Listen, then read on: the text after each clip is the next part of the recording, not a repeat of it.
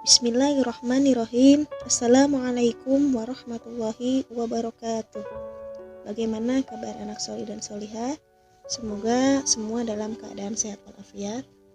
Dan alhamdulillah kita sudah memasuki Ramadan yang ke-13. Mudah-mudahan Allah Subhanahu wa taala senantiasa memberikan kita kesehatan, keikhlasan, kesabaran serta kelancaran dalam melaksanakan ibadah kepada Allah Subhanahu wa ta'ala. Amin, amin ya rabbal alamin. Pada kesempatan hari ini, insya Allah Ibu akan menjelaskan sedikit tentang rukun iman yang ketiga dan rukun iman yang keempat.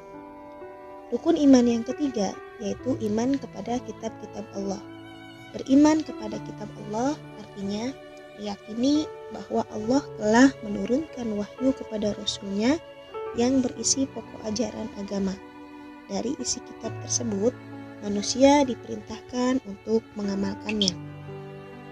Tujuan Allah Subhanahu wa taala menurunkan kitab yaitu untuk memberikan petunjuk-petunjuk kepada manusia dalam menjalani hidup di dunia. Dalam kitab-kitab berisi aturan-aturan mengenai kehidupan di dunia dan di akhirat.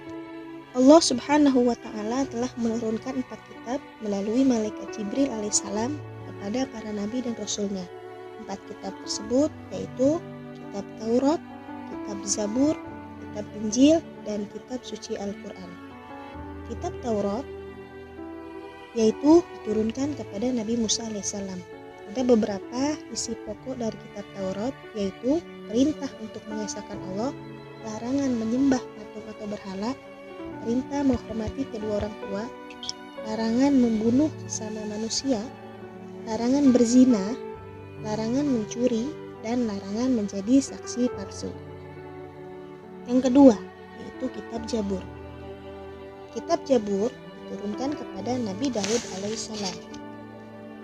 Kitab Zabur diturunkan karena setelah Nabi Musa alaihissalam wafat, maka kitab Taurat diingkari oleh umat Nabi Musa alaihissalam.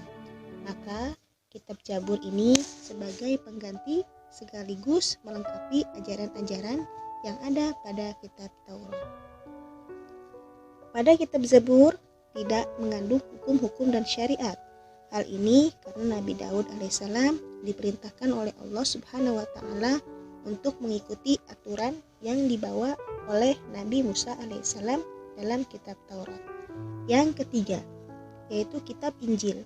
Kitab Injil ini diturunkan kepada Nabi Isa alaihissalam. Ada beberapa pokok kitab Injil, salah satunya yaitu perintah untuk kembali mengesahkan Allah, kemudian membenarkan keberadaan kitab Taurat, menjelaskan bahwa kelak akan ada nabi setelah Nabi Isa alaihissalam yaitu Nabi Muhammad sallallahu alaihi wasallam. Dan kitab yang keempat yaitu kitab suci Al-Quran. Kitab Al-Quran ini Allah turunkan kepada Nabi Muhammad sallallahu alaihi wasallam. Al-Quran diturunkan dalam bahasa Arab. Di dalam Al-Quran mengandung hukum-hukum serta peraturan-peraturan yang lengkap. Aturan-aturan itu meliputi seluruh aspek kehidupan manusia agar mendapatkan kemakmuran di dunia dan di akhirat.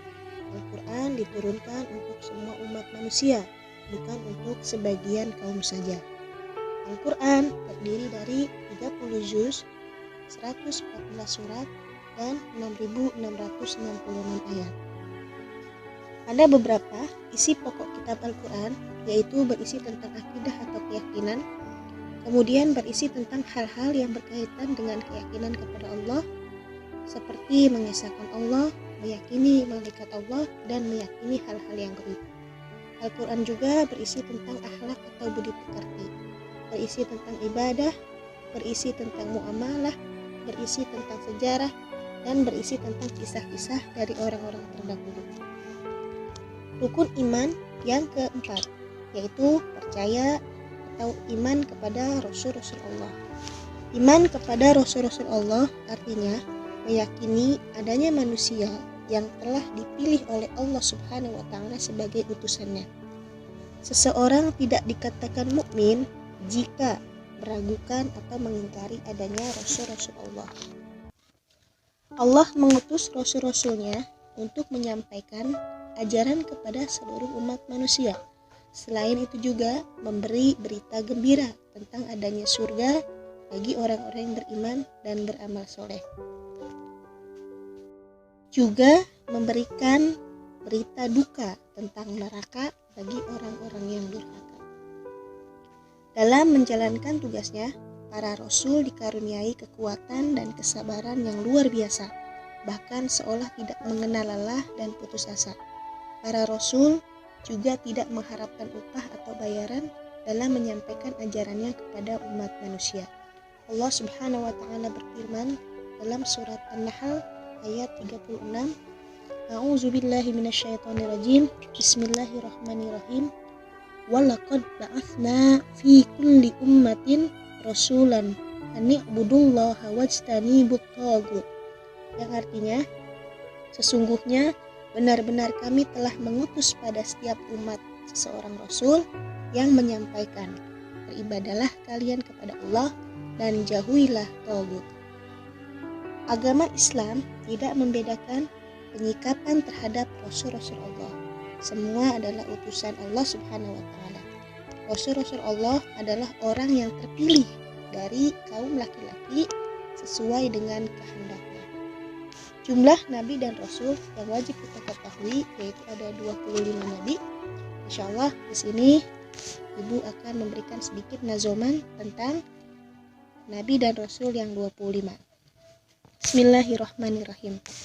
Nabi dan Rasulnya Allah yang wajib diketahui ada 25, hafalkan dengan teliti. Yang ke-1 Nabi Adam, yang kedua Nabi Idris, yang ketiganya Nabi Nuh, dan yang keempat Nabi Hud. Yang kelima Nabi Saleh, keenam Nabi Ibrahim, yang ketujuhnya Nabi Lut, kedelapan Nabi Ismail, kesembilan Nabi Ishak, kesepuluh Nabi Yakub, kesebelas Nabi Yusuf, 12 Nabi Ayub, 13 Nabi Syuaib, 14 Nabi Musa, 15 Nabi Harun, 16 Nabi Zulkifli, 17 Nabi Daud, 18 Nabi Sulaiman, 19 Nabi Ilyas, 20 Nabi Ilyasa, 21 Nabi Yunus, 22 Nabi Zakaria, 23 Nabi Yahya, 24 Nabi Isa, 25 Nabi Muhammad Sallallahu alaihi wasallam. Itulah Nabi akhir zaman, rahmat bagi seluruh alam. Dari 25 nama Nabi dan Rasul utusan Allah tersebut, maka terdapat 5 Nabi dan Rasul yang memiliki derajat tinggi yang disebut dengan Ulul Azmi. Ulul Azmi artinya gelar khusus bagi golongan Rasul pilihan yang mempunyai ketabahan yang sangat luar biasa. 5 Nabi tersebut yang mendapatkan julukan Ulul Azmi yaitu yang pertama Nabi Nuh alaihissalam, yang kedua Nabi Ibrahim alaihissalam, yang ketiga Nabi Musa alaihissalam, yang keempat Nabi Isa alaihissalam, dan yang kelima Nabi Muhammad sallallahu alaihi wasallam. Baik soli dan solihah, mungkin itu saja materi yang dapat Ibu sampaikan. Kurang lebihnya Ibu mohon dimaafkan. Jangan lupa untuk merangkum dan semangat terus belajarnya, semangat puasanya. Terima kasih. Wassalamualaikum warahmatullahi wabarakatuh.